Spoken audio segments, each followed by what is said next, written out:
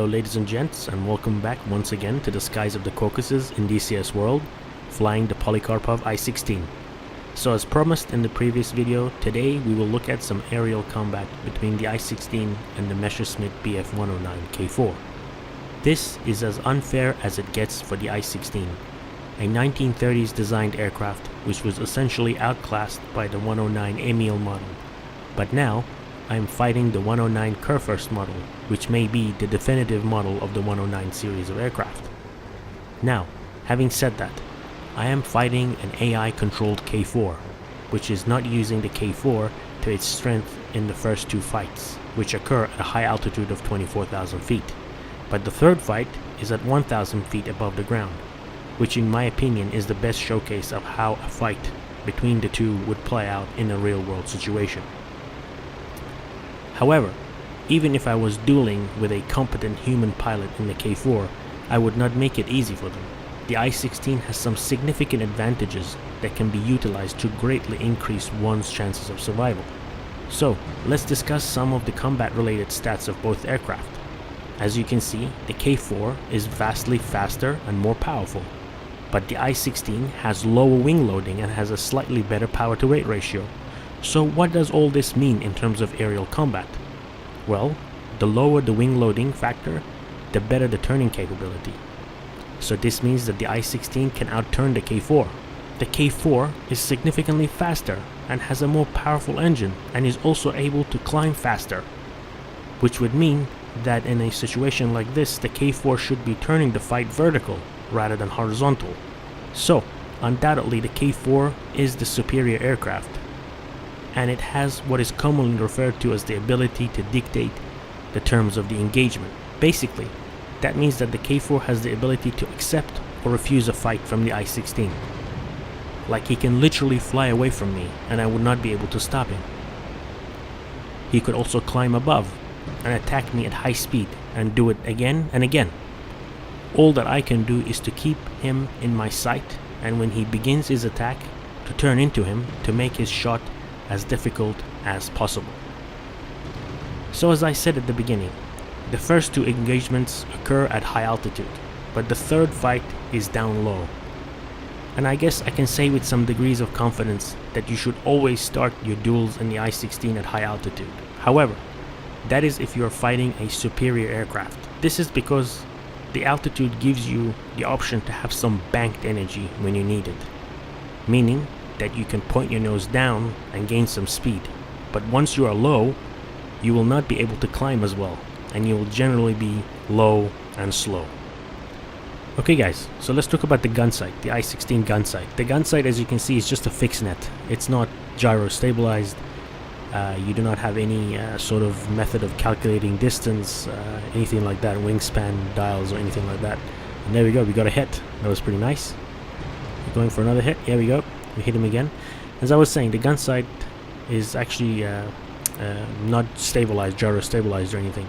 So if you want to fire, you have to give lead yourself.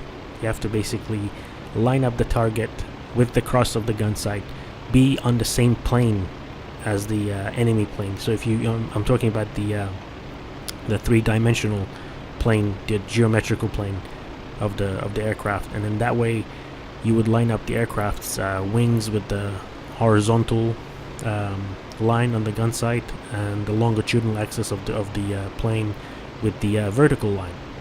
Now here in just a second you guys will see the one of the advantages of the 7.62mm machine guns on the I-16. As you can see, they have pretty good muzzle velocity. So I'm pretty sure we got a couple of hits on that K4 at quite a relatively long distance. Now, you guys should keep this in mind that this is still an open beta, so things can and will definitely change. But the muzzle velocity is actually very, very good. So I'm not sure if it's going to stay like that or what, but generally the 7.62mm rounds don't do as much damage, and that's how they were in real life as well. They don't do a lot of damage. You end up peppering the plane with a lot of rounds, but nothing happens. And there we go, we just got a hit. The plane is smoking from the left wing. It could be a fuel tank. We hit him again. As I said, like, we've been hitting this guy, we've been peppering this guy all this time, and he's just going down now. Now that this is realistic, this is quite realistic. 7.62mm round isn't that much of a powerful round against a plane. So he's going down. He's probably going to end up in the sea. Yes, there we go. He's down. He's down. So yeah, as I was saying, the gun sight isn't stabilized. You can't adjust for wingspan, but I don't mind that. I think most of the gyro stabilized gun sights for the P51, for the Focke-Wulf 190 D9, they're pretty much useless, guys. Like, I'll almost certainly always switch to the fixed sight, so I don't really mind that at all. So let's go ahead and get into the second fight. Okay guys, welcome back to the second engagement with the BF-109K4. Again, we're at high altitude. We're starting off this combat at around 25,000 feet. Again, he's choosing to dive down. He's going down, and I'm going to basically drop on top of him. Now, as I was saying before, if you can line up the vertical and the horizontal lines on your gun sight with the wings and the longitudinal axis of the enemy aircraft, and you'll be able to get very accurate shots, as you'll see just in a minute. All you need to do is you need to provide lead by moving the aircraft down the vertical tick marks on the gun sight. And as you can see, there we go, we got pretty good hits, and he's done for. He's done for. I can see his propeller has stopped, his engine has seized, and he's most likely gonna go down. Now, I don't see any parachutes, so I'm assuming we must have gotten the pilot as well. There he is. Yeah, he's definitely going down. He's definitely going down. So I was saying, the fixed net gun sight on the I-16 isn't too bad, provided you situate yourself very accurately. I think he's going down somewhere around that Batumi airfield. Yep, there he is. I can see him. Yep, he's definitely going down. But the pilot didn't eject, so he must have gotten killed. Now, the 7.62mm machine guns, I'm interested to see what they will do once the new damage model for DCS is done. Okay guys, welcome back to the third and final fight in this video. So in my opinion, this is the most realistic fight. If I were to imagine how a fight would go down between an I-16 and a BF-109K4, which I don't think that they have actually met in the real world ever, even Second World War. I don't think this took place. Anyhow, so the third fight, as I said before, starts off at about 1,000 feet off the ground, so that's 300 meters off the ground, so that's relatively low. And basically, this is the most realistic fight, as I was discussing before with the stats of both of the planes. So the BF-109 is significantly faster, and as you can see, there we go, we stalled. If I try to basically follow him in a vertical, I will stall before his plane stalls, okay? And now here, for some reason, the AI is actually doing the right thing. I'm not sure how, but the AI is actually doing the right thing. And my only chance is to try and get a snapshot while he's climbing. But as I was saying, the BF-109K4 is significantly stronger engine, better climb rate, and significantly faster. So my only hope in a vertical fight like this is to get a snapshot. Otherwise, my plane will just stall like this. You guys can see that my plane has stalled and he's diving down on top of me. Now, that doesn't mean I'm going to make it easy for him.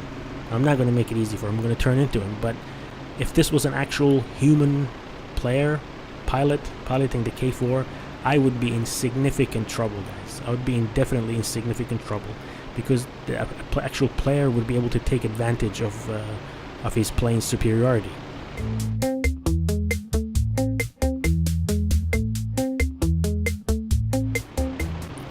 Okay guys, so I've been chasing this guy for the past 5-6 minutes, and he's been taking pot shots at me, and I've been taking pot shots at him, and I'm almost out of fuel. So if I don't get him now, it's now or never. And I've probably stalled about like 3 or 4 times at least. He hit me a couple of times, but yeah. So if I don't get him now, it's probably over. Oh yeah, there we go. We hit him. Finally. Finally he's going down. At least I hope he's going down. He's smoking. Okay, he's going down. He's going vertical. Yes, there's a parachute. Yes, finally. Finally, guys, we got him. We got him. So, a very important lesson. Don't fight a superior aircraft down low. okay? Because the only advantage that I had over that K4 is my turning capability. Whoa, that guy hit the ground hard.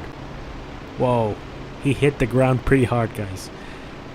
So yeah, as I was saying, like, the only advantage that I had in this fight against that K4 was my wing loading, lower wing loading. Basically, I had a better turn rate than the K4. Otherwise, in every other way, the K4 is superior to an I-16. However, as I said before, if we're up high, I can convert some of that altitude into speed, and I can do something with it. But if I'm down low, around 1,000 feet, there's not much that I can do against the K4. I cannot climb, outclimb him. I cannot get away from him. He can go faster. He even has better weapons. He has a 30mm weapon as well as two 13mm weapons as well.